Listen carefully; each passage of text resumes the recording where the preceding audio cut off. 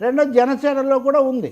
మనమేమో చేస్తున్నాము ఇప్పుడు స్వయంగా అధినేత యొక్క అగ్రజుడికే ఇచ్చేసరికి మిగతా వాళ్ళు కూడా మరి మా సంగతి ఏంటనేది వాళ్ళలో కూడా వస్తుంది.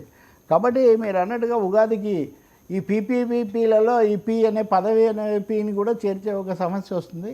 దీని మీద కసరత్తు చాలా జరుగుతుంది. స్పష్టమైన అభిప్రాయాలు కూడా వచ్చారు.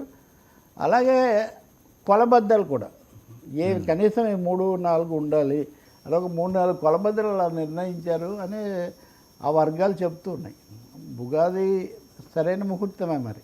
సార్, గతంలో ఏవైతే నామినేటెడ్ పదవులు ఇచ్చారో సో అదే రేషియోలో ఉండే అవకాశం ఉంటుందా, ఏమైనా పెంచే ఛాన్స్ ఉంటుందంట? రేషియోలు అప్పుడే పాటించలేదు. మొదట్లో చెప్పారు కదా 6-3-1 చెప్పారు. మీరు చూస్తే సోమవీర్రాజు హఠాత్తుగా ఎమ్మెల్సీ అయ్యారు. ఈ జబ్సాలో ఆ పద్ధతిలో లేరు. ఇప్పుడు సోమవీర్రాజు నిజానికి ఏ ఒక్క ఎన్డీఏ నాయకుడి కంటే చాలా ఎక్కువ మాట్లాడుతున్నారు. ఎక్కువ అంటే